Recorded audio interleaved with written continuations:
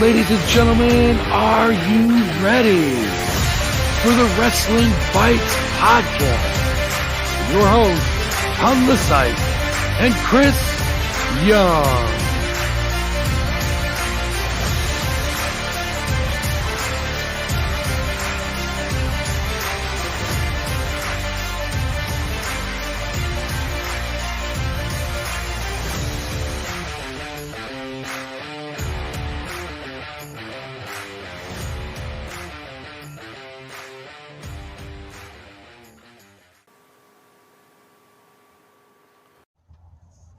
But before we go any further, ladies and gentlemen, let me take this time to tell you all, when I first started doing podcasts out here, I had to do everything from my computer. They didn't even have encoders at that time. We were just recording audio. We were putting it up.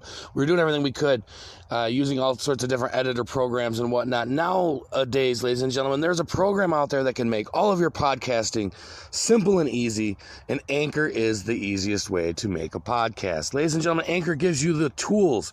It gives you everything you need in one place for free, which you can use right from your phone or your computer. Now, I can tell you that this is very helpful for someone like me whose computer went down. I am able to get on my phone, record these podcasts, and still get them out in a timely manner. Their creation tools do allow you to record and edit your podcast to make them sound so great like they do coming out of Anchor.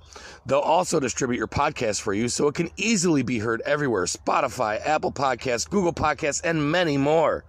You can easily make money as well from your podcast with no minimum listenership. Again, no minimum listenership. If you're interested in checking this out, or you're looking for a new way to podcast, go to Anchor today and download the Anchor app, or go to anchor.fm to get started. Ladies and gentlemen, welcome to the Wrestling Bytes podcast. I am your host, Pun the Psych, and is with me as always, my co-host, the best damn referee in the business, Chris Young. Chris, how are you doing today, buddy? I am doing fantastic. How are you? I'm pretty pissed off. I'm not even going to lie. Like, you Raw must have watched good. Raw.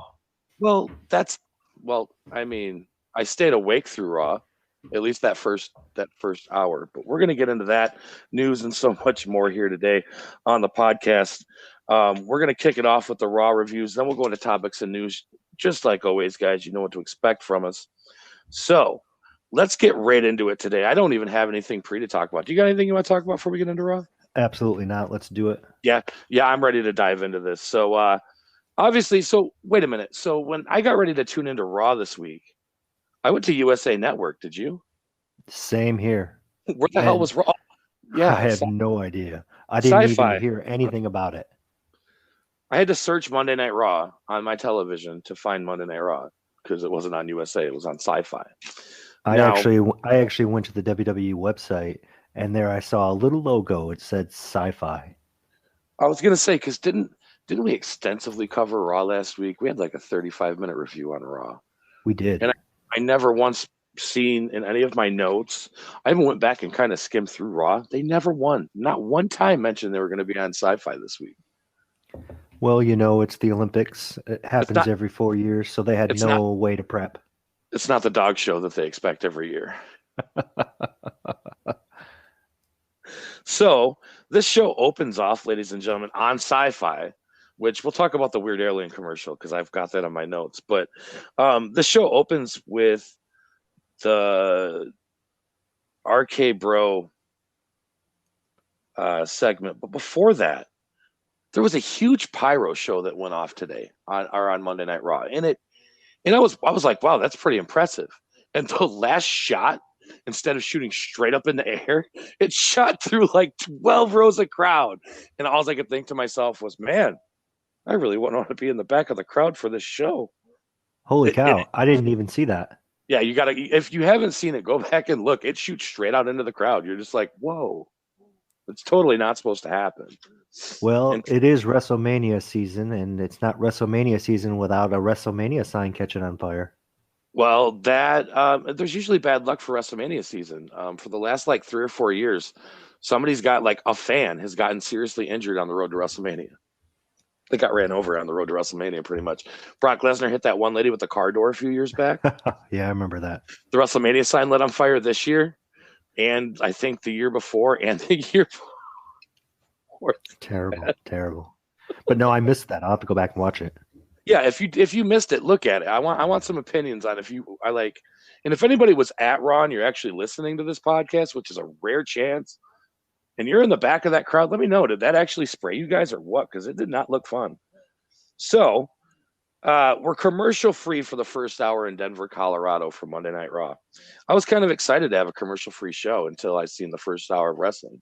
Well, can we even call this wrestling? Well, no. And I was actually quite surprised. I went probably 40 minutes and I realized we hadn't had a commercial. Yeah. And so like this was commercial free as the world turns. But I think as the world turns had better storylines. Yeah, this quiz bowl between Alpha Academy and RK Bro. Yeah, like I get we have to have entertainment, but 20 minutes of this, no. Here's my problem with it. Okay, so they started out and asked him a U.S. questions, U.S. president's question, biology, mythology, cartoons, and then he did the metric conversion and then the weed reference, which I'll talk about in a minute. But they asked like 6 or 8 questions, this 20-minute segment. And it was actually 22 minutes. I timed it. 22 minutes and 13 seconds the segment lasted. Now I get that the RK Bro was going to win, and I knew he was going to do it by a weed reference because we're in Colorado. So, ladies and gentlemen, I do not understand why, since marijuana has been legal since 2014, that they have to keep using this marijuana reference for a cheap pop. They do it every time they're in Colorado, Oregon, Vegas, and the people eat it up. Like Denver, Colorado's crowd's known for eating up marijuana in Denver or in the Broncos. But I just don't understand. And they used it throughout the show several times, in fact, like especially in this first 20 minutes of the show. Well, it's always been a thing to find something about the city they're in and work it to death. And it's just gone over the top as of recently. Well, I will point out on several occasions on this show that they pushed all of the wrong things, and it made the show very off. It really did. This 20-minute segment, 22 minute and 22:13, I timed it. I even wrote it in my notes. Like, this is unbelievable. To be 100% honest with you, everybody knew that RK Bro was going to win this. Was that pretty obvious? Oh, absolutely. Okay, so we all knew this was going to happen. It drug out for 22 minutes. At this point, I'm getting exhausted. This segment's about to end, and I'm like, thank God, this is over. We're finally going to probably see a good singles match or something. No, out of nowhere, like an RKO comes out the Street Profits. Yeah, it was not what I wanted. I was hoping that they were setting up for the next match and take a commercial like they usually do. Yep. But then Chad Gable grabbed a microphone. See, now I had a major problem with the Street Profits coming out. And you might be like, what? I had a huge problem with the Street Profits coming out at this point because I knew that the second that the tag team champions just lost a competition, that whoever they face should be squashed. And as soon as I seen it was the Street Profits, I knew that this match was doomed from the second that they walked out. And the Street Profits are great wrestlers. Do not get me wrong. They're great. They're good at what they do. But we also didn't realize that they were only going to be given, about 6.5 minutes? Nine at best? It was 8 minutes from when the Street Profits came out until the segment ended after the bell rang. Yeah, well, yeah, and that's not counting their cheap weed pop that they did. And they've already like plugged the Denver Broncos 3 times in the first 27 minutes of the show, and the crowd responded to a point of that. But as soon as they came out, I knew it. Like it was a good match for the first 4 minutes. Okay, and then for the last 5 minutes, I had a major problem with this match. Do you know what that was? What's that? I couldn't figure out who was trying to overcome what and what the story was trying to solve, because there was literally 37 false comebacks in this match. Yeah, there were a bunch. 9 minutes. There was 37 false comebacks. I went back and checked. It is ridiculous. Okay.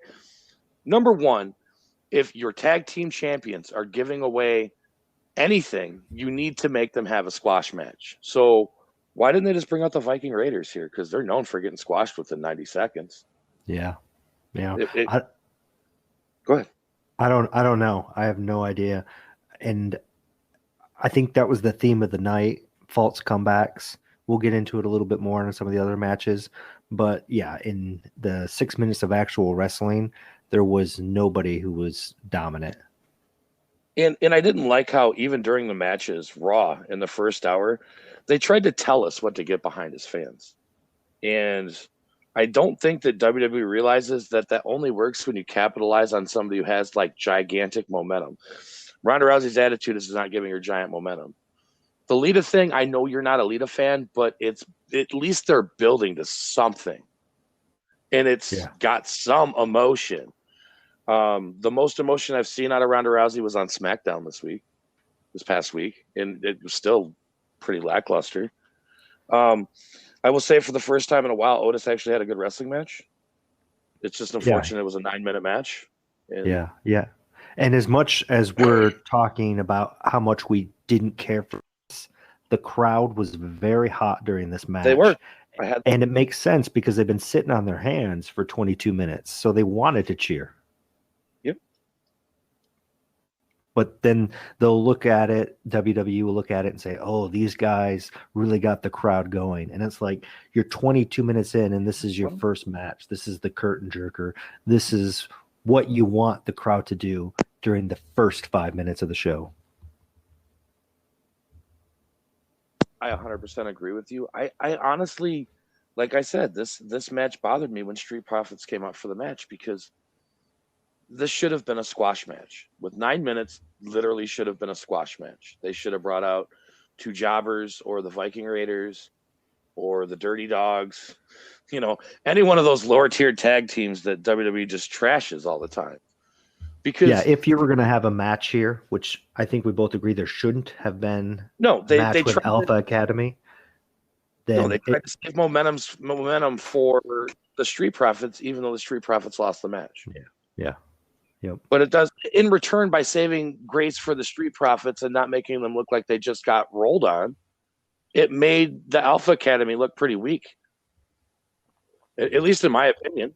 But yeah, I mean, it did, and it was a quick finish, the roll through after the ankle lock, and it's just, it wasn't good. I gave the scene, the whole segment, I gave it a D- because that's a stoner grade, and that's what they deserve. The just match enough to pass. The match I wrote, if they would have kept to the format of the first 4 minutes, this would have been a B+ match. Unfortunately, it didn't, and it ended up being a C-. Nothing I could do about it. Yeah. Okay, so where do we go from there? Well, from there, they promoted the shit out of Lita again. Yeah, of course. And I don't have any problem with her coming back. I mean, it's WrestleMania season. No, but my note was, are they setting up for another lame ending on Raw tonight? Yeah. Please, God, don't. And I'm very glad that we didn't. Yeah. And there was a commercial for the WWE 2K game. I have one question for that. How the hell did they add Lita into this game in a week? They didn't. Yeah, because they knew she was coming a long time before she actually got there. Just like that Goldberg promo that ran during SmackDown. Oh, in the game too. So was Undertaker. Yeah. It looks like an interesting game, but I want to see what happens with it. I like it. You know, I had to plug it. So Bobby Lashley. Yeah, that's where we're at. And this was about 40 minutes into the show? He came out and it was at the 32-minute mark. Okay. We had seen one match, if you call that a wrestling match, and now it's time for another promo. And I can safely say after the close-up today, and I went back and looked on Raw, Frank was still there last week. Frank was the thing that was on his lip that had a thing on his lip. So I can safely tell everybody that the almighty Herpy is done. He had a 33-day run. Wow. MVP as a mouthpiece made this the best promo so far, but it was still very lukewarm in my opinion. and it lasted forever. I have no idea what he said. He was a monster? I tried to follow what he was saying, but ultimately I was like, nope, tuning this out. It was like a Vince McMahon promo. All I heard was monster, like photos. Like that's all I heard the whole time was he was a monster. Yeah, I don't know. So as I thought that this thing was over, and I was relieved because this whole segment was done, and it bothered me too because he comes out and runs his mouth for as long as he did, and there was not one reference out of MVP's mouth about Bobby Lashley being a hometown boy from Colorado. No pop that way. And the one person in WWE that should be getting the cheap hometown pop is the hometown boy Bobby Lashley, especially when the crowd wanted to get behind him. Did you notice that the crowd wanted to get behind him, but they wouldn't give him nothing? Yeah, well, I mean, that's his character. He's got to be the bad guy. Well, just when we all thought it was over, that's when he handed the mic to Bobby Lashley. Oh, gosh, yeah. Yeah, there's a few people that shouldn't be on the microphone, and Bobby Lashley, bless his heart, he's one of them. Good wrestler, I think. He's got a great physique, but ultimately he should not be talking. That's why MVP's out there.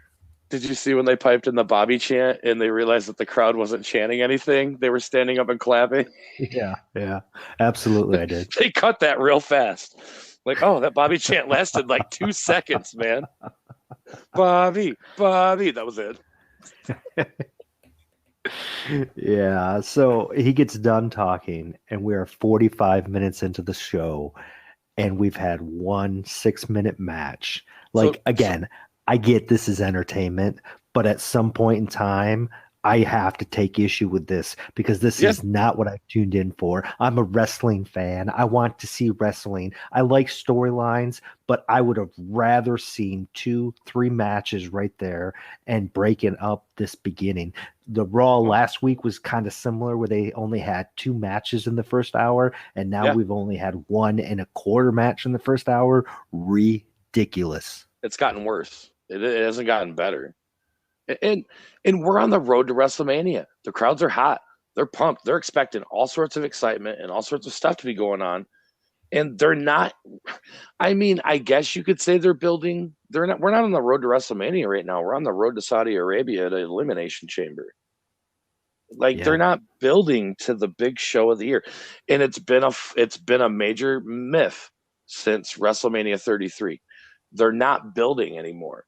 They just throw together some quick stuff in the last 6 weeks. If you get 6 weeks, sometimes you get 6 days. Yeah. So what did we get next? Did we get a wrestling match? No. We got the Alexa Bliss segment. Now, I can tell you that they are stretching this out hard. And no kidding. When each segment only lasts 15 seconds. I will prove it when we talk about the next segment that aired later on in the night. But the last 3 segments of Alexa Bliss, actually the last 4 or 5, were all taken from one clip that was supposed to be aired. They filmed 9 of these, for this journey of Raw. Now they've already busted it down into 4 or 5 different videos. And that's just the first segment's about to end.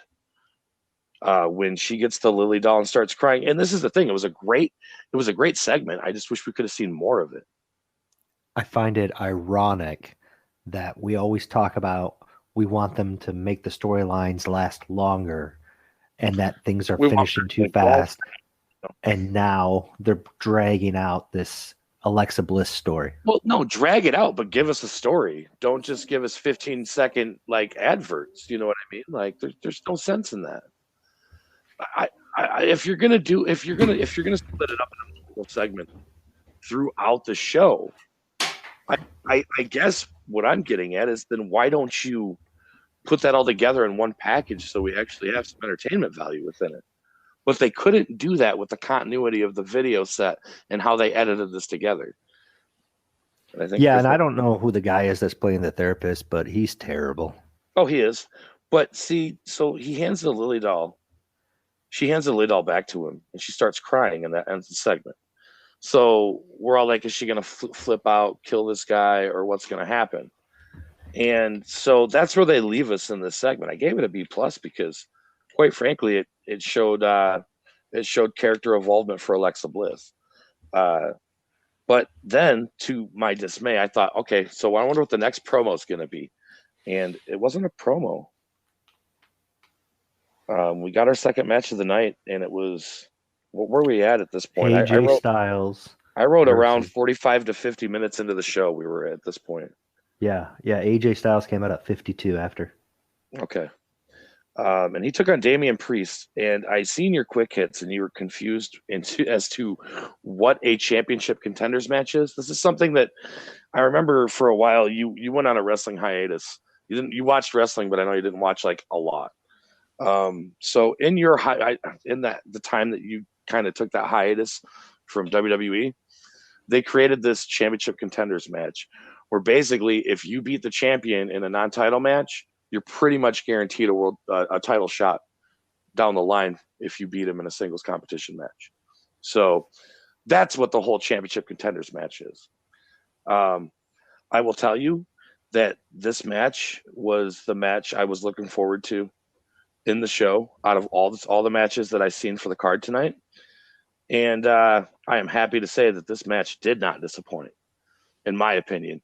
The psychology lacked, but the wrestling was good. Like I said, I don't know. They I don't know. There was some decent high spots in the match. As far as like working a body part or doing something specific or actually building into a story, I think this was supposed to be meant to be a pretty much even skills, and then one of them's going to squeak out the victory. So that way it builds more intensity for the title match, which makes when they took that directive, I pretty much knew that AJ Styles was going to win this match. Because if it was Damian Priest, he would have did that flip out, that little character thing where he does the Hulk Hogan and he starts getting the poopy face. Yeah. Yeah. I didn't care for this match at all. It Really? was the whole lack of psychology. That's what's getting me. Damian would get a couple moves in, and then out of nowhere, AJ would get a couple moves in, and then out of nowhere, Damian would get a couple moves in. It was just back and forth and back and forth. I thought about this, and I thought, okay, this doesn't lead to anything, except for the fact that Damian Priest struggles with his emotions. So if they're setting this up right, and this is WWE, I have very little faith that this is what's going to happen. But to pull this off correctly, you would want a match like this for what reason? Because you would want Damian Priest to do his little flip out in the next match because he can't get enough offense in. Because AJ Styles can meet him toe to toe. At that point, he flips out and it backfires on him, and AJ Styles walks out as the United States Championship. I mean, you're right. It could be planting some seeds. But I think that this match just, honestly, Damian Priest has been around long enough where I think that he feels like he can carry himself in a match, and I don't think that he would allow AJ to carry him. And AJ's so used to carrying guys that I think it made the match a little awkward. But I am very glad that AJ won the match and has a title shot, because they have really buried AJ Styles lately with the whole Omos and like everything he's been doing in the last 3-4 months. They've really buried the crap out of him. And in my opinion, he is pound for pound probably the best wrestler in WWE. Yeah, he's getting old. He's in the top 5. But I mean, this match, it just irked me because Damian would, punch AJ or do something and slam him, put him down on the mat, and then he'd pick him right up again and do another slam, or he wouldn't keep to one idea. It was always down and up, and it just it was too much for me because there was no continuity in this match. No, there really wasn't, and I put that in the notes that had they actually told a better story, if they would have told a better story, or if this is a setup. So if the next match does exactly what I said it's going to do next week, then this match will get an A- for setting up for that. If it doesn't, it's a C+. Yeah. That's just my opinion on it. I will say that in that match, there was one botch. Did you catch the botch? No, I didn't. Ooh, That was a nasty botch too. So there was a spot in the match where it was just a simple clothesline too. That's what I thought was odd. But Damian Priest went to rip the head off of AJ with a clothesline, and he caught him more with his shoulder than he did his actual bicep or forearm. And AJ ran into like the side of him and tried to flip, and he landed like directly on his neck. So, I mean, I felt that by watching it. I know what you're talking about, and I do remember that standing out. Yeah, he landed wicked, right on like his neck and his shoulders. So, hopefully he's okay. Do we even want to talk about the SmackDown recap? Is it even worth talking about? Pass. They did talk about the Women's Elimination Chamber so far. We've got Liv Morgan. That's future ex-wife material for me. Rhea Ripley, Doudrop, Bianca Belair, and Nikki Trash. I mean Nikki Ash. Oh, okay. I'll get to that later. Seth Rollins came out in a little bit of a vignette with Kevin Owens next. It wasn't a vignette, it was a segment. But he was kind of poking him at first about him not being in the Elimination Chamber. Yeah, that's good stuff. That is good stuff right there. But if you look at what happens throughout the night of Raw, Seth Rollins masterminded Kevin Owens flipping out. Oh, he really did. He really did. Yeah, I said last week that whenever Seth Rollins is on, that's money, and that's what I want to see. And today, or on Monday Night Raw, 4 times he was on the TV. Yeah. Did you notice that as soon as Kevin Owens snapped and turned at him and started getting aggressive, he turned it directly onto Adam Pearce and Sonya Deville? Like, no, it's Adam Pearce and Sonya Deville's fault. Yeah. Oh, yeah. No, that's good. That is good stuff. Seth is on. And they promoted KO versus Austin Theory at this time. Obviously, a good time to promo that. That's the other match that I was kind of looking forward to watching this show, but that's not yet. Next was Miss TV, I'm pretty sure. Yeah, Miss TV with the Mysterios. Maurice, who was wearing the most tight leather pants I've ever seen in my life. I don't know if were those leather. I don't even know what that meant. Like, wow. I don't know. But complimenting top for Maurice. She didn't talk very much, so that made it even better for me because I can't stand Maurice's voice. I like certain accents, but like her and Becky Lynch could just leave the face of planet Earth and I would be happy. Yeah. I personally think that the Miss TV segment went just a little long. It clocked in at 12 minutes, just the segment, and it probably should have only been about 7. I definitely commented that I loved Corey's ribs on Ms. Maurice dancing. They looked like 2 giraffes at a zoo. He was cracking me up in this whole segment. I noticed as soon as Miz walked out that he was in his ring gear, so I knew this was going to do a normal Miz TV thing where it's going to lead directly into a match following a commercial break. Yeah. So I was like, I wrote, next match is coming up next, possibly Ray or Dominic versus Miz. And the only thing that I was like, that kind of shocked me in this whole promo, and it's the one thing that made it probably made this promo get a B- in my opinion, was the pop he got when he stood up next to Dominic and he looked at him and said, "Man, you're so much taller than Ray. Are you sure you're not Eddie Guerrero's son?" Dude, yeah. I lost it. That was hilarious. Some people may say that that's rude and getting a cheap pop on Eddie, but that gimmick was really bad. Yeah, back in the day. So to get pop off again, the crowd lit up. As soon as he said that, the whole crowd lit up.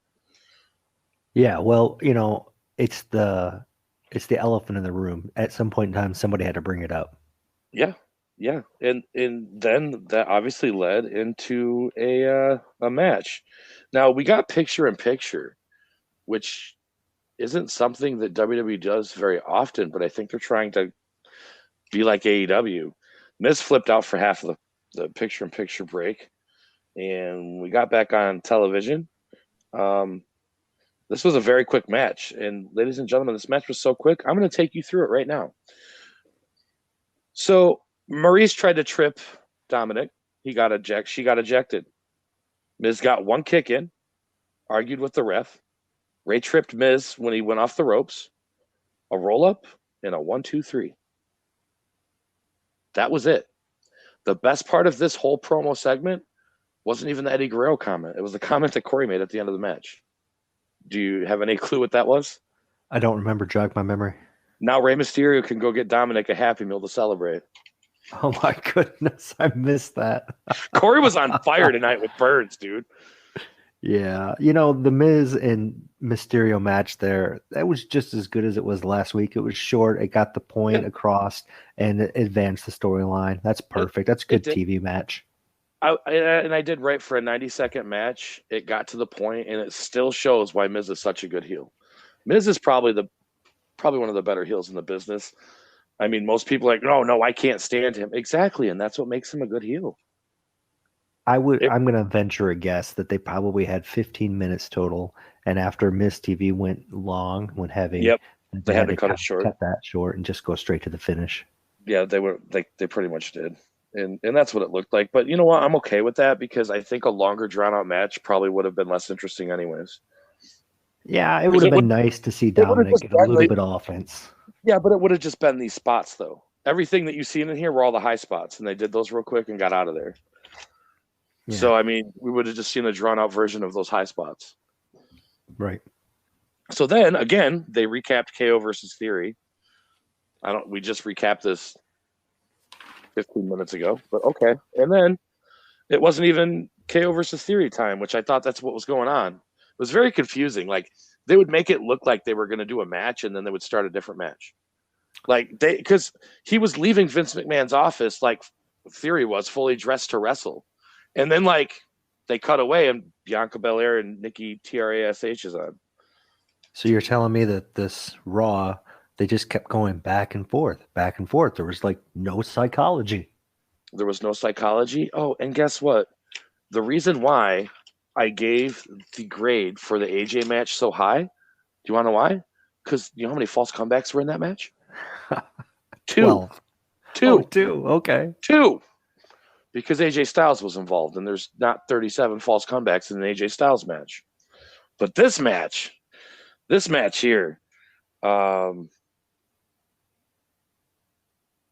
crowd was hot. The crowd was hot. I liked the spot where she grabbed the ring apron and tripped her, and she sold the knee. That was good. They did tell us. No. That was fantastic. I will not say it's fantastic, and you want to know why? Because now you're going to see that knee spot redone 37 times in 3 weeks. I'll take that bet. That's to me why it's not fantastic. Was it done well? Yes, it was done well. Well, yeah, the setup was a little wonky, but ultimately it was fantastic. But I do like that she worked her knee. And Bianca Belair, I'm not a fan of Bianca Belair, but she did do a good job selling that. She did do a great job selling the knee. The problem is she was working with the most unflowing wrestler in the women's industry in WWE, and that is Nikki TRASH. Nikki Trash. She is not Nikki Ash. She is Nikki Trash. Yeah, she's not as good as a lot of the women on that roster, but she holds her own. I think she does. Any woman who was smaller has to make up for it with quickness or strength. She has neither one of those, or a personality to boot. The only time that Nikki Cash was believable is when she was Nikki Cash, when she played a psychopath and she was hooked up with Eric Young as a Sanctity or whatever they were. She did good there as a psychopath, but when they put her in the superhero gimmicks, I can't. I'm sorry, but I can't get behind it. I can't get behind it. Do you want to know what I think they need to do with Nikki ASH? Tell me. They need to put her back into a basic Scottish or Irish gimmick and tag team her with Doudrop.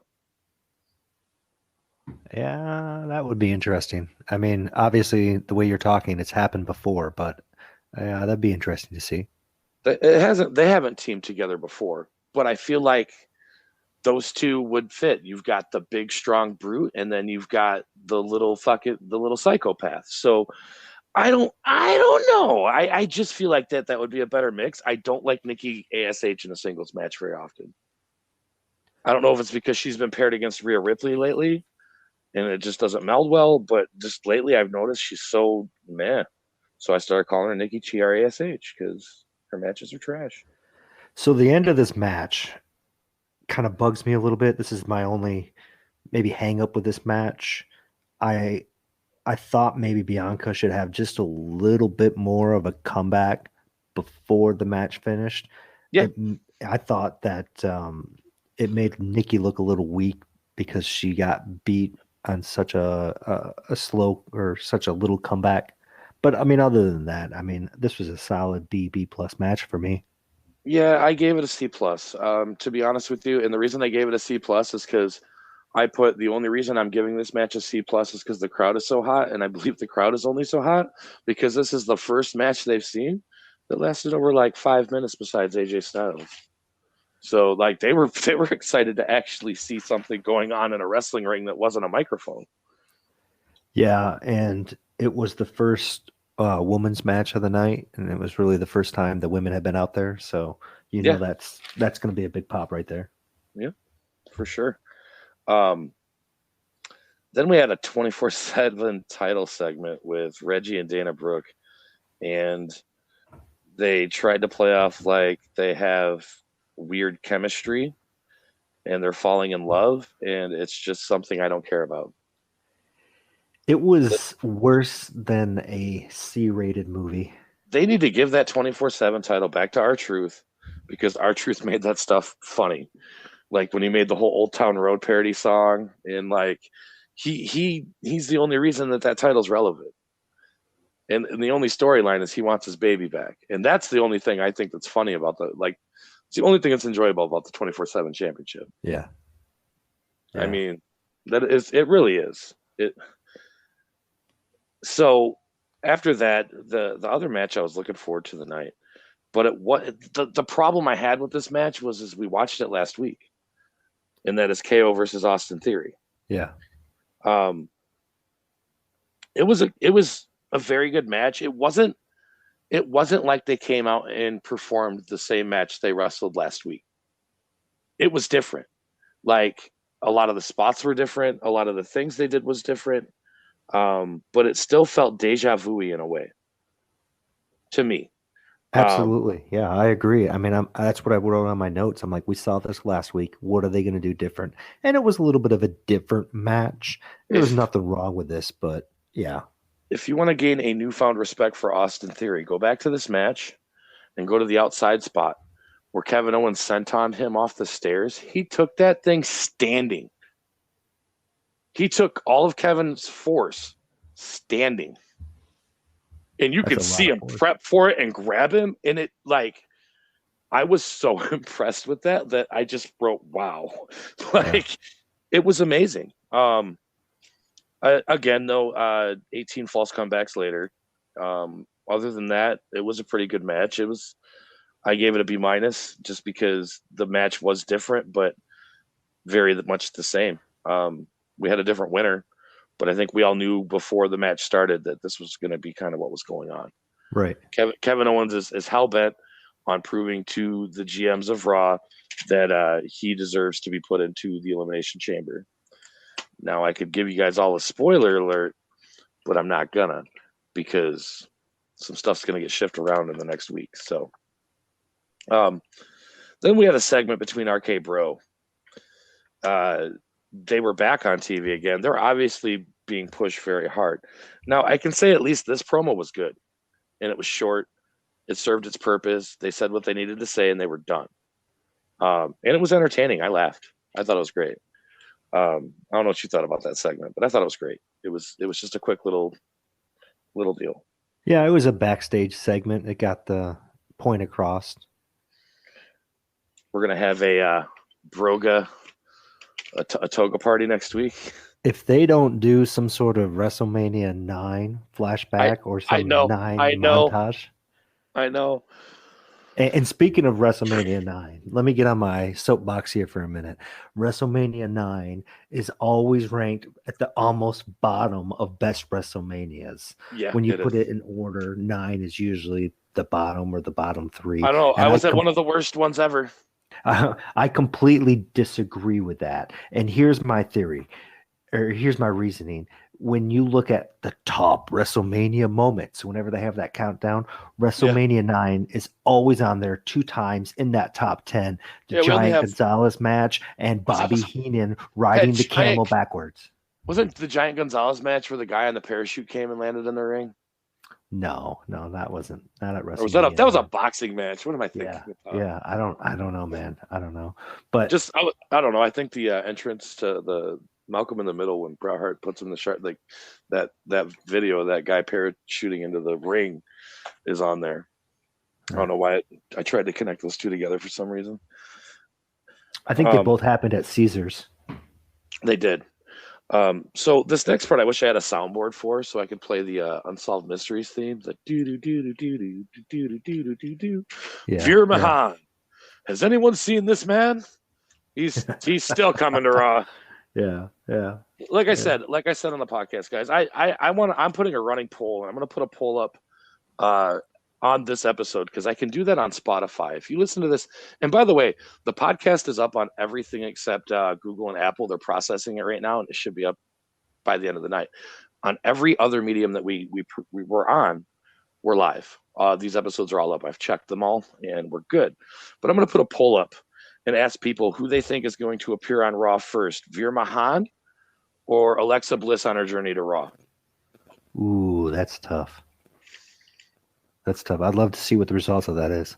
Wouldn't it be hilarious if Alexa Bliss came out and Veer Mahan just like attacked her like he was a tiger? Oh man, that would be awesome. Yeah. So after have you seen this man Veer Mahan promo? Wasn't it the Lita segment? Lita, yep. Now, for some reason, I missed the rest of Raw. I won't lie. I went to bed before the Lita segment, so I went online to watch Raw, and I watch it off of WatchWrestling.ai. And for some reason, when they had it in 3 segments, they completely cut the Lita thing off. I don't think I missed much by what I read, though. Well, here's my note. Lita came out and she talked. And she said something that I kind of chuckled. She was talking about wanting to wrestle Becky Lynch. And she said she wanted this match for a long time. And I keep thinking, Lita, where have you been for the last 15 years? Right?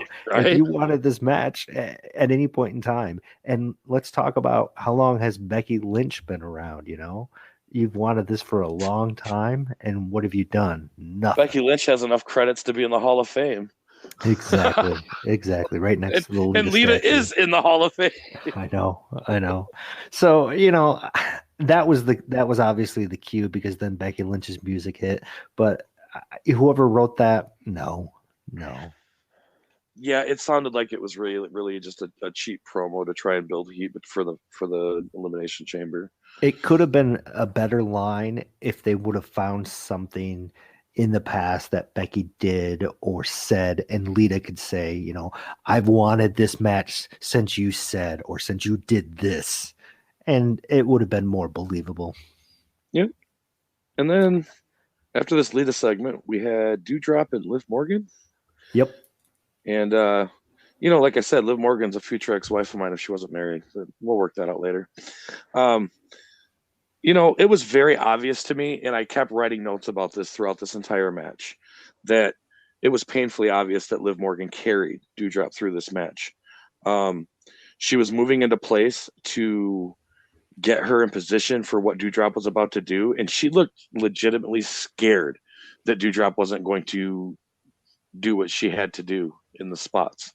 Like, she looked scared. Up to even to the point where on the commercial break, if you watch the match through the commercial break, you can see Liv Morgan blatantly call the match out wide open, read her lips right in front of the camera on commercial break. Wow. Straight tells her, I'm going to get up, you're going to do this. And you can see it. But with all that being said in mind, that just shows that Liv Morgan is becoming a veteran in the ring opposed to being somebody with less experience. I mean, she's actually learned how to call a match. And that makes her value go up in my book. Dewdrop, for her size, does a very good job of being physical. But if it, again, and I'm not saying this because she's future ex-wife material, but Liv Morgan sold these shots very well. Yeah. For this match to work, it was the only way it was going to work.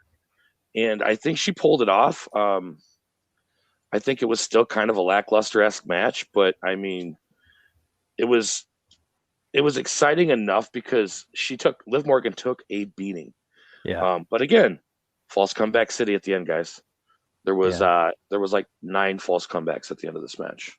The crowd was very hot during this match. They weren't sitting. They were up. Liv Morgan's been getting a huge push. Dewdrop's been just coming off of a world title match. I'm not shocked that the fans were behind both of these women, probably more Liv Morgan, but they were definitely behind this match, 100-fold. Because of the work that was put in it, I definitely appreciated that, and I gave this match a B-. It probably should have ranked a little lower, though. B- is good. It was pretty fair, though. Then, after that, we had...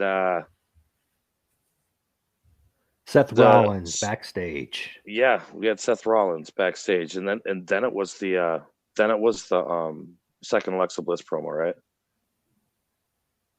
Did you see maybe the second that's Alexa Bliss promo? probably true. I didn't note it because I was probably watching instead of writing. Okay, so yeah, you missed something huge, and I was so hoping you caught this too. I even wrote it. I hope Chris caught this because this will prove my whole point that these were segmented out and they were produced the wrong way.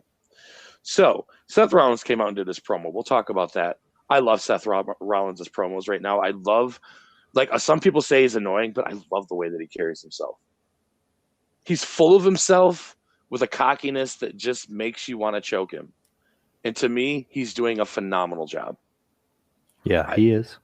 The props that Randy Orton gave him in the little promo with Riddle definitely showed in the match that Riddle needed to be more prepared for Seth Rollins. We'll talk about that when they actually had their match, but it was a setup, though. Like, everything that Seth Rollins does works towards something else that he's going to do. And that's my whole point with that. He's the architect for a reason because he knows how to be successful in this business. He's done it for many years. His stock is high in my book right now, and I know he's high in yours. I can't get enough of the Seth Rollins character. Yeah, I agree. And the crowd loves him. They love him, and they hated him at first when he started this whole gimmick, but now they love him. They either hate him or they love him, but either way, he's getting a reaction, regardless of where he's at. They announced that AJ Styles is going to fight Damian next week for a U.S. title match, which we already knew. Yeah. But for some reason, they had to announce it. Then, before the Seth and Riddle match started, we got the Alexa Bliss segment. Now, this is what messed me up with this Alexa Bliss segment, and this is why I wish you would have saw it. You got to go back and watch it now. They promo it, right? And they mentioned that this was from the segment from earlier tonight. And as soon as they start the segment, do you know what the counselor said, the psychologist says? Oh, well, last week you handed me the Lily doll and you started crying. Yep, I do remember that. Yeah, I remember hearing that, and that's what caught my attention. I was like, that's weird. But it was right at the very beginning, so I tuned it. I missed it. They made it very clear in this promo that this was a whole different situation than the day before. And then she goes off talking about how people were aggravating her all day, and she used her ways to calm herself and didn't do anything until this one girl who looked exactly like Lily that she described got cut in front of her at a grocery store, and then she chucked her down aisle 3, but then got back to her senses and left the store. Yeah. So I wrote at the end of this promo, I'm lost with this Alexa Bliss thing. Is she still the creepy incarnate of Bray Wyatt and Sister Abigail with all these powers? Is she just a psychopath? Are they just really making her crazy? Because that might work too. We don't know. We have no idea. Have you seen the new Matrix movie? No. Okay. I want them to remake that entire movie because it's horrible. And they should just make it like the beginning of the movie where Keanu Reeves is like, his character is back in the Matrix. He's Mr. Anderson again, and he doesn't have any clue, but like he does. So he keeps running into Trinity, and I wish they wouldn't have reintroduced the Matrix and made him just fucking crazy, like he was stalking Trinity the whole time. He'd be like, "Leave me alone!" But Trinity, you don't understand. No, you're just crazy, bro. You're just crazy. I don't know if they're doing that with Alexa Bliss. But that's why I'm lost. I don't know where this storyline is headed at this point. I don't either, but as long as she's on the TV, I'm okay with that. 1 minute she's this crazy woman from the dark realm, and the next minute she's going back to Twisted Bliss. Yeah. So I don't know if they're morphing both characters together at this point or what it is, but I'm lost until we actually get some more information. I need more input. So then we had Seth versus Riddle, which was a great match, in my opinion, until KO ran up and clobbered him. And then it got pushed directly into a tag team match. Now we had RK Bro versus Seth and KO. Now, if this would have been any other grouping, I probably wouldn't have enjoyed this. But again, you're giving Seth Rollins more time on television. So I enjoyed it. It was a great match, even though it felt like a time killer. I feel like the only reason the tag team got brought out is because I feel like, and I want to go back and look at Raw, but I feel like they promoted another match that never happened. I feel like I don't know. I feel like we missed something. Like on the original card of Raw for the night, I swear there was another match, but it never happened. I don't know. Well, your word of the day was false comeback. My word of the day is impromptu tag match. That's all we're getting nowadays is impromptu tag matches. With false comebacks. Yeah, pretty much. With false comebacks. Yeah. I didn't actually take any notes during this match. I took very few. And the singles between Rollins and Riddle. But the reason why I didn't take notes is because there was nothing to note. It happened. It happened so quick. Like there was maybe 5 minutes worth of wrestling there. And it was just like chain wrestling and setting up the match. So I mean, it was just standard. The only note I wrote for this whole match was I noticed how bad that had to hurt Seth Rollins when Randy Orton botched the table slam when he does that little backdrop. He totally missed the little cover and dropped him straight on like all those iPads and microphones. He come off grabbing his back like, God. Yeah. Oh, I wasn't expecting a lot, Randy. Yeah. Randy's known for hurting a couple of people on those tables, like when he did the two Indian dudes that were Jinder Mahal's little buddies, the Singh brothers. Yeah, dude, he threw one of them on one of those tables, and he reacted like he thought he broke his neck. Randy was all like, put his shoulders up, like, ooh, and like it showed it live. There's a meme for it somewhere online. But overall, I think that this Raw was better than last week. But I'd literally say that they could have done a 2-hour show this week. They did a 2-hour show because we're not even going to count. Well, no, because Raw's 3 hours. It was on for 3 hours. No, but that first hour doesn't count. That wasn't. So can we just at this point assume that the first hour of Monday Night Raw is nap time? Pretty much. Don't have to tune in until 9 o'clock. Yeah. Can we just skip the first hour and watch it in highlights? Because I mean, there's nothing notable that ever happens. I will tell you what is notable on my quick hits. So you just follow me on TikTok at Wrestling Bytes, follow us, and I will give you what you need to know from Raw. And then we'll cover everything on the podcast. But yeah, no, I agree with you. It was a good show. It wasn't great. I wouldn't for the wrestling that was there. The wrestling was was better. Yeah, I guess that's what I should say. The amount of wrestling that we did get was low, but the wrestling that we did get was better than last week's. Yeah, no, the wrestling was definitely better. I don't think I just wish we could have got more of it. I just wish we could have got more of it. Yeah. Last week had more wrestling, which kept the show more interesting. But if they would have actually spread those promos out throughout those matches in a better way than just cramming the first hour, I think it may have came off as a more entertaining show, but with that many promos, you don't have a choice.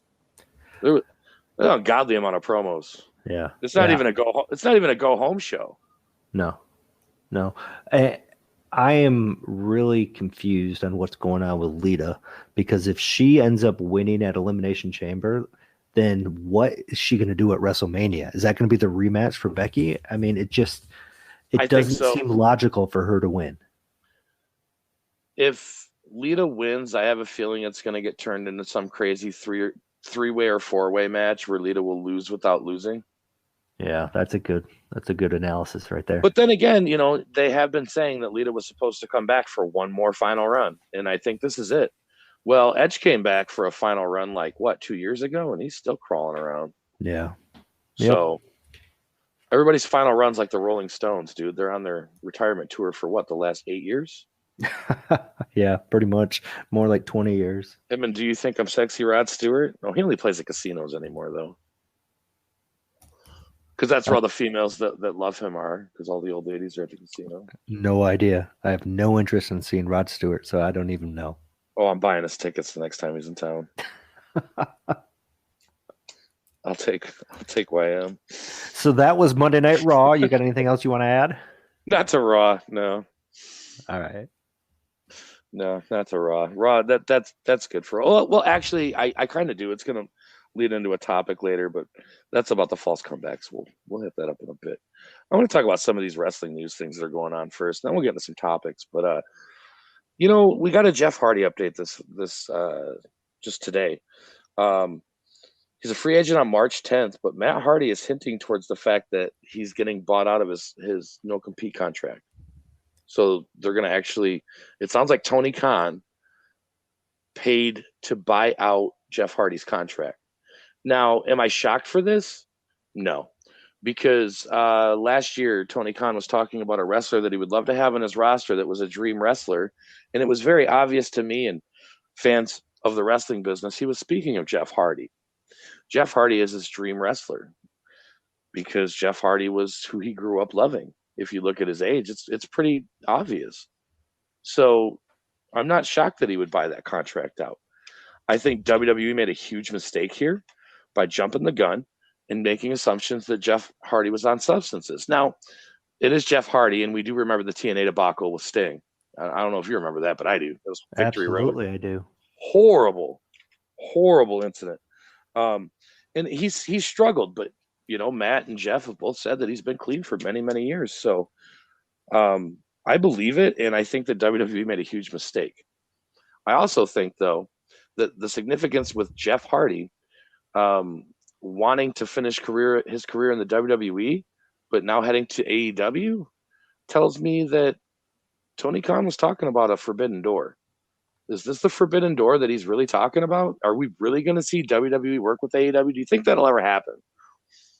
Well, it depends on whether it's out in the open or not. Like, for example, let's say we'll get on the crazy train here, and let's say John Cena shows up in AEW.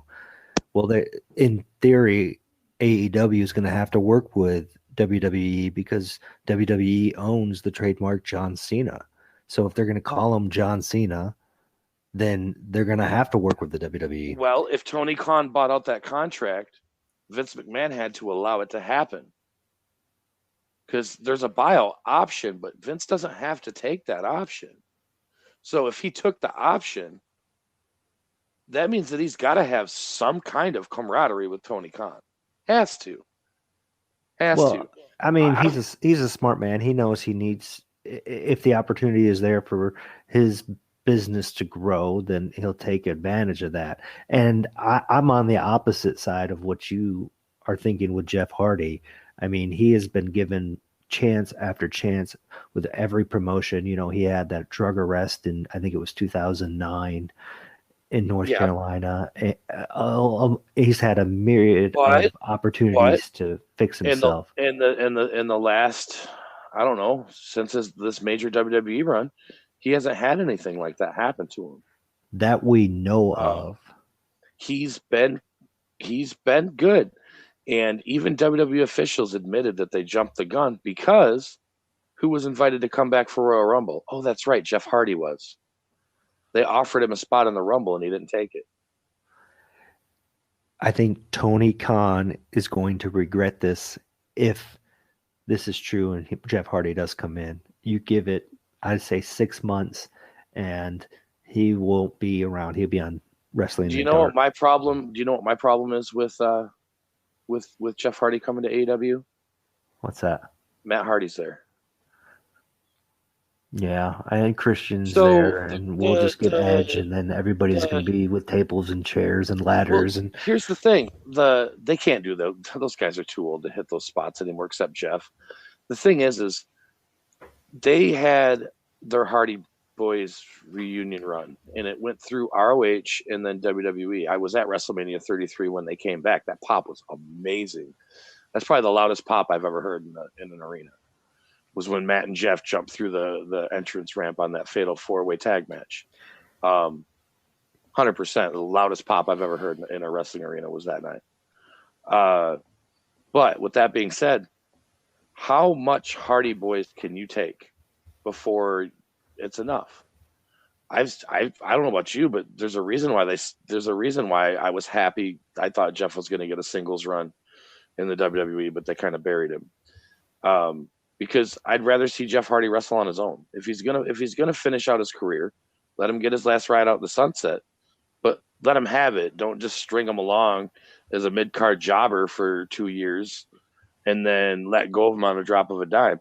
I know he's been given countless chance after countless chance, man, but at the same time, the dude can still move. The dude can still wrestle, and if he's sober and he's been sober, I don't see why he doesn't deserve any other chance as everybody else did over the years.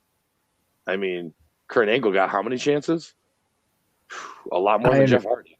I understand what you're saying. I just don't agree with you. I mean Perk Angle, because they call him Perk Angle when he was all drugged out. It was Perk Angle. And I know a lot of people feel the same way you do, that he doesn't deserve the opportunities that he's been given now. Because of the opportunities that he's filled.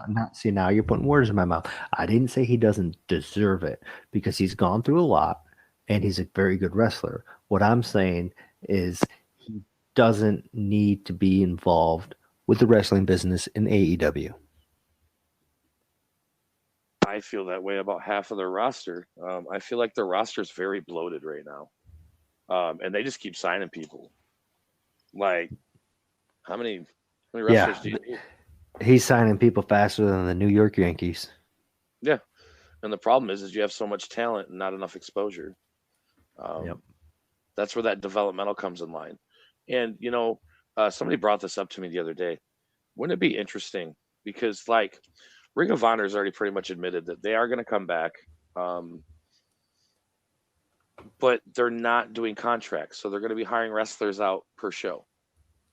That's very indie-like, especially for Ring of Honor, who's been a prominent company for so many years. But I think it'd be interesting if Tony Khan just kind of was like, you know what, I'm just going to buy you that and turn it into my developmental. You're really stuck on this developmental for AEW. Yes, they need it. They have so many green wrestlers they're throwing on television that they need a developmental at this point. They do. The WWE's always had a developmental program, even when they weren't that big. They've always had an OVW or a Smoky Mountain Wrestling, or something where they can actually the USWA talent. Yeah, you're right. It's a true given process to success in wrestling. You have to get the guys the experience, get them ready to be on TV before you ever put them on TV. Yeah, and not to pull egos, but again, guys like Danny Davis. Anybody who's ran a promotion, FCW's promoters were the same thing. They were the first NXT. Florida Championship Wrestling was always a developmental. You've got to have a feeder program, and we talked last week that WWE has that intact. But again, what does AEW got? A whole lot of people and nothing to do with half of them. Yeah. Well, that's where the developmental steps in. All right, I'm done with Jeff Hardy. Let's move on. GCW signs Nick Gage to a lifetime contract based on 23 years of commitment. The thing is GCW doesn't do contracts. They've never issued a contract to anybody, and this is probably the last contract you'll ever see GCW give. I think it's interesting, but the reason I brought it up is last I checked, Nick Gage was on the roster for AEW. So how's he sign? What does that mean if he signs an exclusive contract? Does that mean we're not going to see Nick Gage ever again in AEW? Or are they just giving him a home forever? I don't really know how that works. I don't know. And the less I see of Nick Gage, the happier I am. Oh, you're not a fan of deathmatch wrestling? Yeah, I like deathmatch wrestling when it's a feature, but when it's crammed down your throat and you get crazy matches very often, it gets stale. So that's my thing. And I haven't seen a match with Nick that I have enjoyed. No, but GCW is actually kind of getting to the point where they're using the violence as a feature. It's just very, very, very graphic violence. Any Nick Gage match will turn your stomach. Promise you. He's over the top. Him and when Moxley was in the old CCW days were just insanity. But I mean, you've got to give some credit to GCW to give the guy someplace to go for the rest of his career, because he ain't gonna have much. Wrestling matches like that kills you. Yeah, but what does that really do? I mean, how often are they running shows, GCW, they're running a lot. They are running hard right now. They're on Watch Wrestling. I think they got a new show almost every week right now.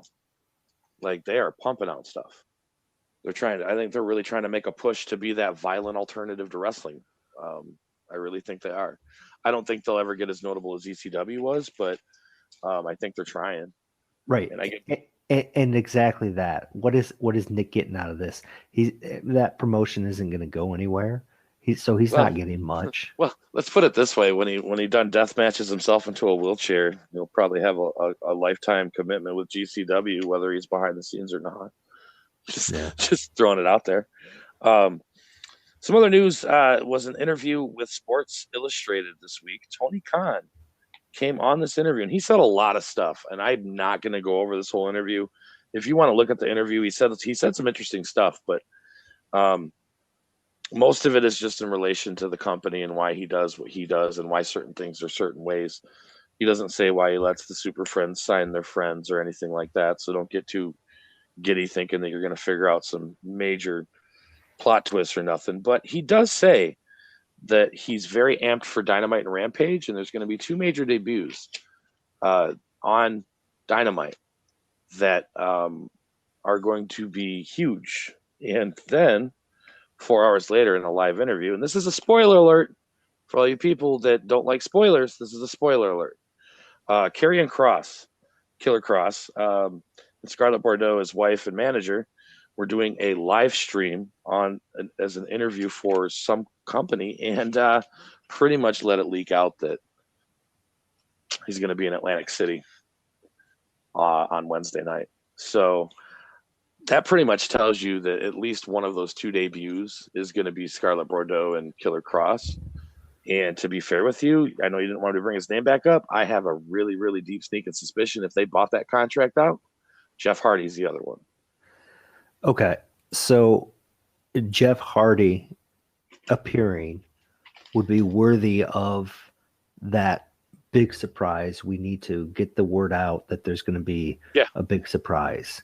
Yeah. If Karrion Kross shows up, that's... Karrion Kross. Okay, so if you remember, there's an angle where there's going to be a mystery opponent for that one dude that wrestles in the Hardy faction, Isaiah Cassidy. Yeah. Is his name? Yeah. So I think that's Karrion Kross. But I think the other one is Jeff Hardy. That's fine.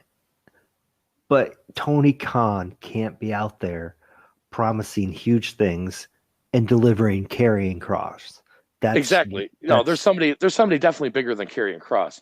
And honestly, if you're going to book Karrion Kross or Killer Kross or whatever he's going to go by, starting him off against Isaiah Cassidy is probably the best place for him.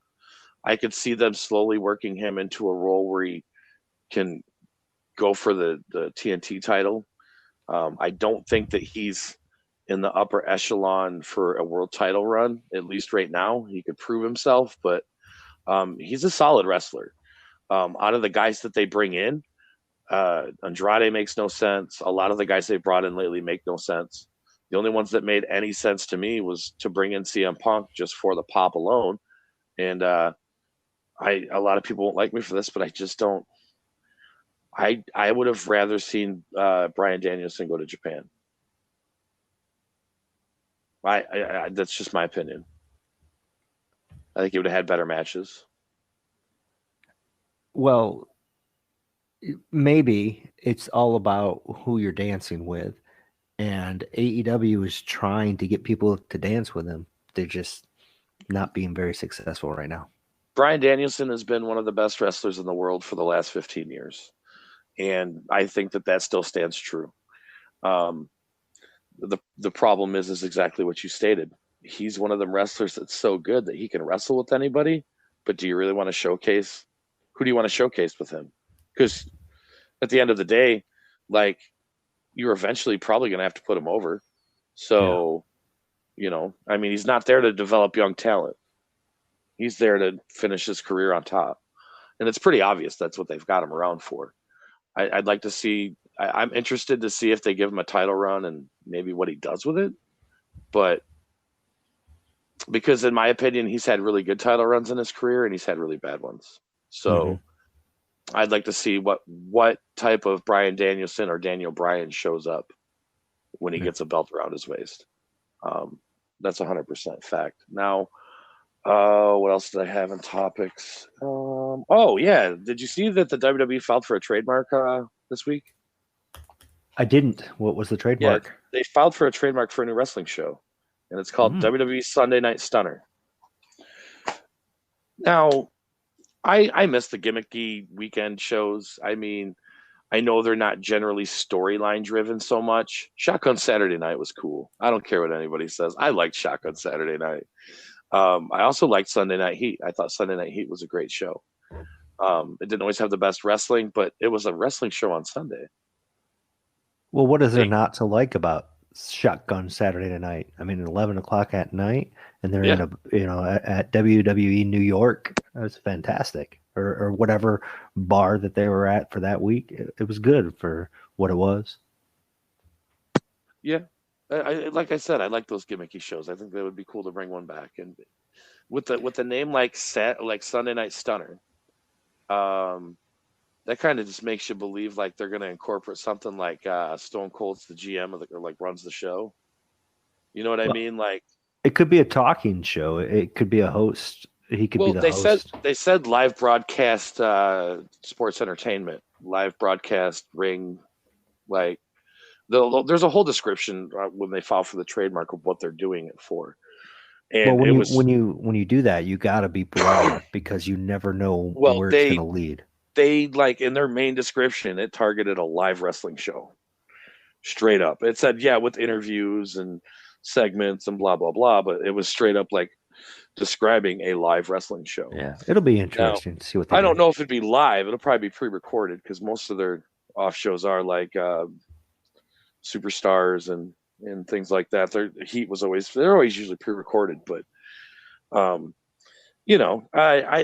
like to see him bring stuff like that back. Like do another I thought maybe that they were going to bring that back to use just as like for like big events, like when they used to do the Super Bowl halftime show. I thought maybe we're going to bring it back for that. Yeah. So maybe they're going to bring Sunday Night Stunner for that, and they could use Sunday Night Stunner, put it on the Peacock or whatever streaming service that they're using, right? And they could use that as instead of going, we've got this free show and we don't know what to call it. It's just the pre-show.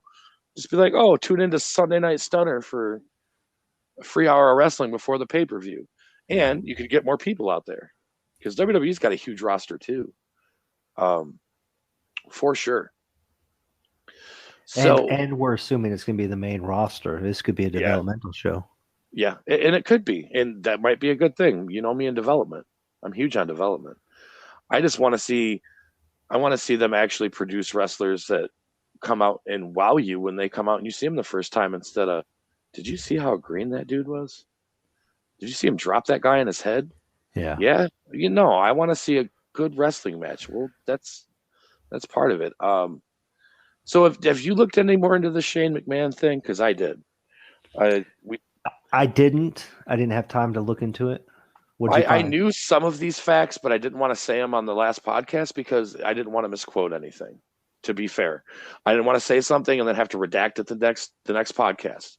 But basically, Shane McMahon came in to help book the Royal Rumble. He got incredibly pushy on booking himself, which is what we already knew. He berated several wrestlers backstage, including Jamie Noble, who was the guy who was in charge of actually running the Rumble. Then it gets to the point where Shane McMahon was supposed to come out number 29 and Randy Orton was supposed to be 28. Well, guess what happened at number 28? Here comes the money hit. And he looks at Randy like Randy's going to go out with Shane McMahon's music. Randy goes, you got to be out your damn mind if you think I'm stepping out there to Shane McMahon's music. You better get out there. Shane pitched 45 ideas for the Rumble. And, they only gave him one spot. And that was the spot he had with Riddle. Where he kind of beat down Riddle a little bit in MMA style. That's the only one they approved. Yeah. Then after the Rumble, he was disappointed that they didn't let any of his spots go through. And he flipped out, berated more wrestlers, caused a bigger scene to the point where exactly what happened is what you said. As far as my understanding is, and this, if I'm wrong, you guys come and let me know. But from what I have seen and what I can find, there is no technical separation from the company for Shane McMahon. I 100% believe that Shane was acting this way, but I also 100% believe that Vince McMahon knows it's all over the dirt sheets and he knows it's public knowledge now. So what do you think he's going to do with that? He's going to spin that to his advantage, and he's going to turn that heat into something else. I would not be shocked if you see, and this is my guess, I'm making a prediction right now. Austin Theory takes on Shane McMahon for control of Monday Night Raw on WrestleMania. Absolutely. I mean, that's kind of what I was hinting at before. I could see or that it's going to be a happening. thing where it's going to be a falling out in the Austin Theory and Vince McMahon thing, because Austin's going to be back at WrestleMania getting ready for his moment. He's going to go defend the pride of Vince McMahon, and then he's going to send out Undertaker instead. Yeah, because there's a lot of rumblings about that, and it would be a quick. There's a lot of rumblings about Undertaker making an appearance at WrestleMania. That's another one of my things I wanted to talk about. I don't think he should. He said he wasn't gonna, but we know that doesn't carry much weight in the wrestling business. If it is indeed the fact that they just sent Shane home while they sort things out, and the leak has been that he's been released, they need to bring him back in a surprise and keep it as quiet as possible, because when that music hits, and they could probably tease it a week before. Here comes that's what the I'm money, saying. Like and they then would have somebody else. If Vince they can literally come out. booked it like this, and WWE, if somebody from WWE is listening, take this advice, please. Do what I'm saying. Push it like it's Austin Theory versus Shane McMahon. Drop it like a week before WrestleMania, and then at WrestleMania, make Shane fight somebody like Undertaker, somebody and squash the ever-loving shit out of Shane McMahon.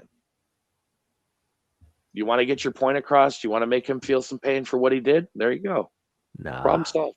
He wouldn't even show up for that. He wouldn't show up for that. Shane wouldn't show up for that. I don't know. They need to do something. But I could see them working. I think it's a work. I think it's a work. Everybody's, oh no, the dirt sheets say like, yeah, but it's funny that every single one of them have the exact same story. Yeah, it is. I thought it was weird. That's why I said I want to get my facts before I comment on it. And Randy Orton mocked the crap out of him. There's a video of Randy Orton just laughing his ass off after he sent Shane out to his music, and Shane was all frustrated about it. And he was all pissed off because Randy wouldn't go out to Shane's music, so he could go out as 29. At that point in the Rumble, 28, 29, or 30, doesn't really matter what your number is if you're not 30. Because nobody's going to remember anyway. No, it doesn't matter. Well, it apparently did to Shane, and that's what caused a lot of this chaos. But I still think it's a work. I really do. Yeah. Any other news, notes, rumors? Honestly, not besides maybe two things. One thing I wanted to point out real quick is JBL made some comments, and I just want a quick touch up on this with you. JBL made some comments this week that AJ Styles is this generation Shawn Michaels. Yeah, I could see that. Yeah, I could. Do you know what my response was? AJ Styles is this generation's AJ Styles. Shawn Michaels was our generation's Shawn Michaels. Neither guy are the same in any way. I don't see AJ Styles flaunting that he's a sexy boy. I never seen him do crotch shots or super kicks. AJ's way more of a high flyer than Shawn Michaels ever had the balls to be. Shawn Michaels was a showstopper, and AJ Styles is the man that built SmackDown. So, I don't know. I just don't see it. I was looking at it more from a technical wrestling ability and a selling ability. I could see a comparison there. I wasn't thinking persona wise or moveset wise, but I could definitely see it. And the ladies love both of them, so. Yeah. The other thing I wanted to bring up was Mickie James was in the Royal Rumble, and she wrestles for Impact. She's a current Impact World Wrestling Champion. I guess that WWE gave the producers some heat because they told the ring announcers to announce Mickie James as the Impact World Wrestling Women's Champion, which they were not supposed to say Impact. It was against Vince's rules to say anything about the promotion. She was allowed to come out with the belt on, but they weren't supposed to say anything about it or mention it. Well, that's funny because if you remember when Edge and Christian had their show on the WWE Network, they had AJ Styles on, and they did a segment where it was, "Will WWE let us talk about this?" Yeah, and they brought up the fact that will they allow us to talk about TNA? And it was a big nope. We are not talking about that. So, they said, I talked to somebody in WWE about the Mickie stuff, and it was really cool that they did all that, but they were like, yeah, there were caveats to literally everything that we had to do with Mickie James. The first thing that we're allowed to say Impact, but at no point were we allowed to say Impact. It was really important distinction. Impact Wrestling cannot be said. Impact Wrestling cannot be tagged in social media. Impact Wrestling cannot be on my name banner when I come out to the ring. But it was. So I thought that was kind of funny. Basically, they couldn't use the term knockout. It was not allowed. She couldn't be called Knockout or the Impact Knockouts World Champion. Yeah. These were words that were just not allowed because it promotes a specific company. I mean, you're already letting the women's world champion from Impact on your show. Like, why not? If you're going to go that far, you might as well just say their name, right? Not that they're in the position where they can set the rules. So that's one of the rules. You got to follow it. Yeah. And then other than that, and then the only other piece of news I really honestly have, Chris, is that a bunch of companies are looking to sign Isaiah Swerve Scott, or known as Swerve Strickland. And I just say that's like that one rich guy that went to TNA. He's nobody that I really cared for. I mean, his wrestling's okay, but I think he gets overhyped a lot. But he's a huge deal right now. Every company wants to sign him, apparently, and I'm just not excited for that. Yep, I don't see it. I don't see it either. I don't see what he's got that nobody else. Okay, so is it time to highlight some of the professional wrestling going on in Michigan this weekend? Yes, sir. All right. We're going to start with Capital Pro Wrestling. Saturday, February 12th, 3 p.m. You're going to be in Lansing, Michigan at the Fledge. I'm actually going to be there. I'm going to be reffing. I'm booked to do that. It's the start of the Great Lakes Tag Team Tournament. There's going to be 8 teams that'll be competing to be the first ever champions. So it'll be pretty exciting. A lot of tag team action there. 3 o'clock again at the Fledge in Lansing. I'm also going to be interviewing Nick Zero for the podcast here. That'll be good. Yeah. If you want more information on Capital Pro Wrestling, you can check out their YouTube channel, Head Drops Productions. That's actually, they're going to, I believe, streaming that live during the event. If not, they're going to cut clips and get it up there pretty darn fast. Again, that's Head Drop Productions on YouTube. Also appearing will be the Nomads, if you're familiar with them. Very good tag team. Yeah, I am familiar with the Nomads for sure. They're a good tag team. One more time, that's Capital Pro Wrestling this Saturday, February 12th, 3 p.m. at the Fledge in Lansing, Michigan. That's at 3 p.m.? 3 o'clock. Yeah. Wow. That show will probably wrap up at what time? I'd say 5:30. Wow, you could actually make it to both shows. Exactly. That brings up the second show, IPW, Independence Pro Wrestling. Also on Saturday, February 12th. This one's at 7 p.m. in Grand Rapids, Michigan. The Vandersider Mill, I believe that's right. Vandermill Cider. Vandersider Mill, the Vandersider Mill, yeah. The Vandermill Cider. Yeah. They're actually raising awareness for CHD. That's congenital heart defects.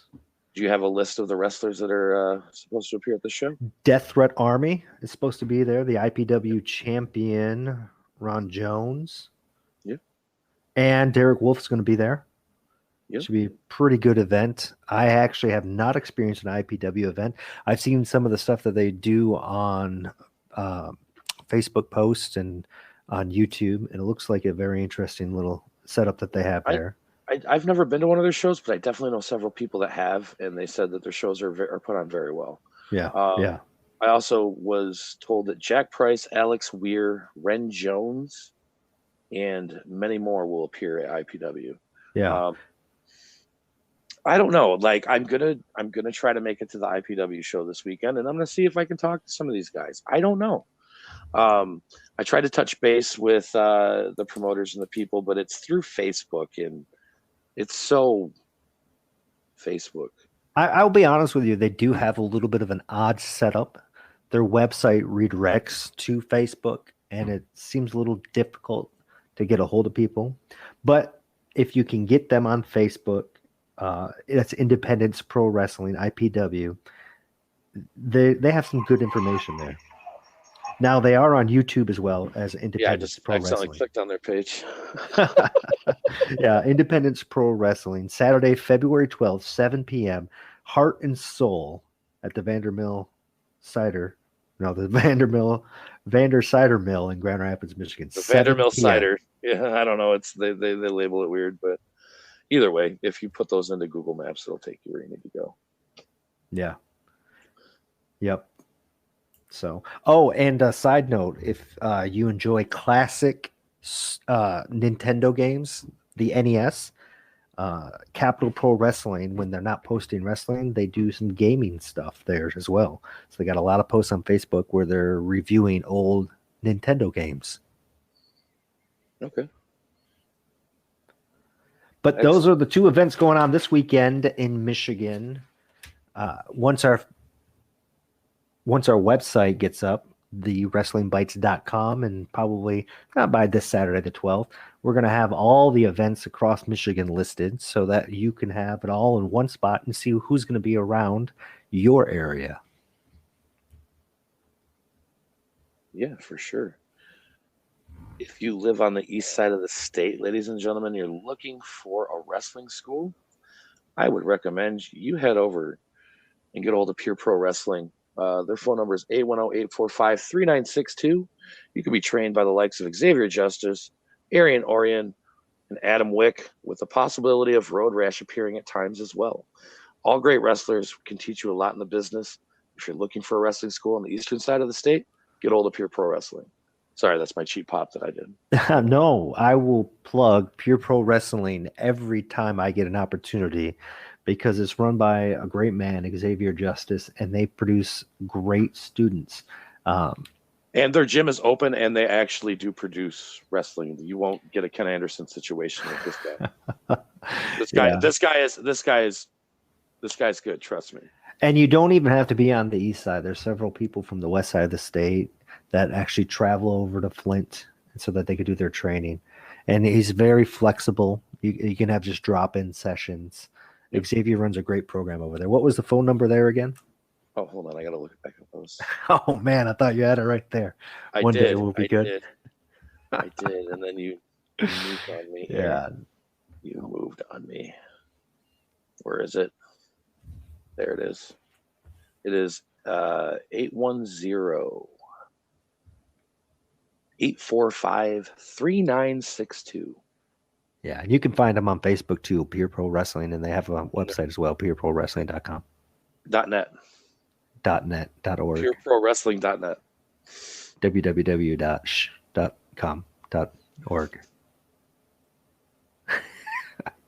I'm going to try to make an Austin Powers reference during every podcast now.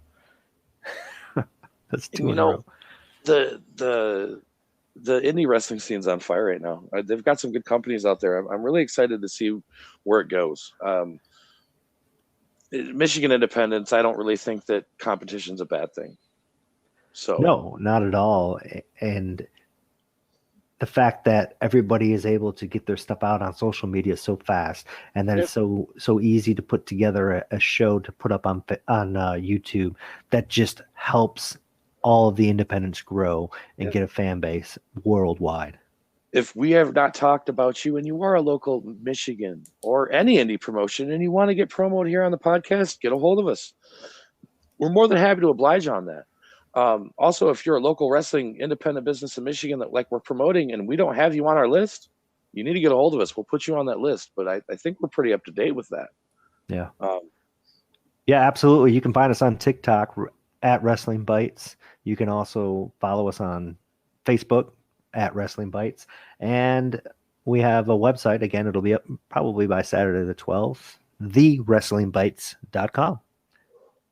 Yeah, that's amazing. I forgot about that for a second. You just reminded me. We have a website. We're moving up in the world.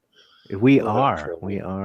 And then, of course, if you want to email the show right now, you can at wrestlingbytes@gmail.com.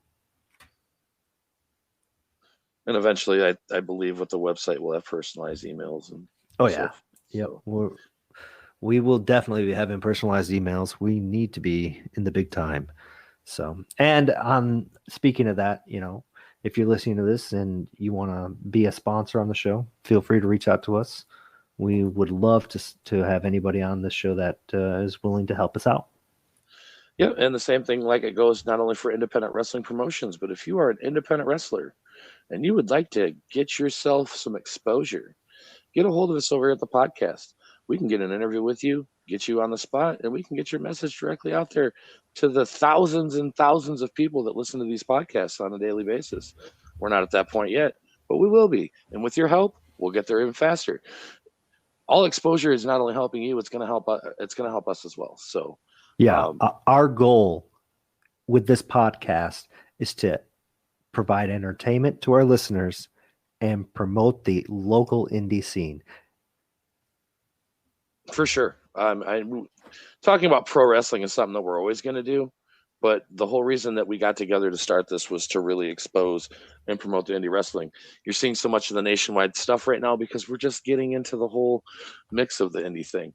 But I have a feeling at some point we may even take off some of the reviews and kind of cap things a little more just to get more content. And if that's the case, I would happily not review wrestling at all and just work on that. I don't know about you, but I mean, I would be more than happy just to give some quick hits on Raw, give some quick hits on SmackDown if we had all the content in the world for independent wrestling.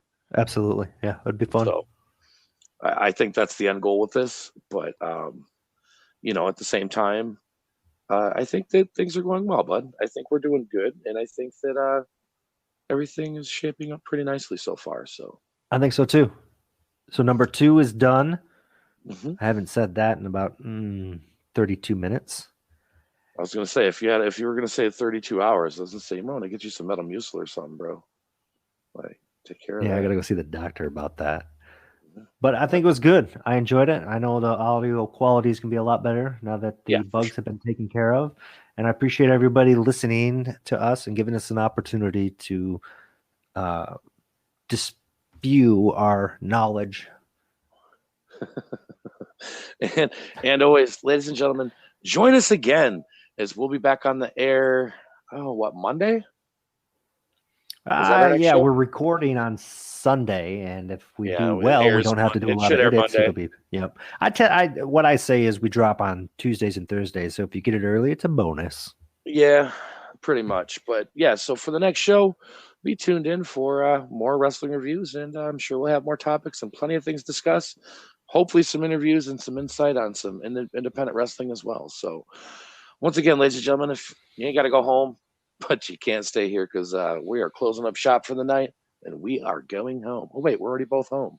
So all we got to do is shut this down. All right, cool. All right, everybody. Thank you so much. You have a wonderful night.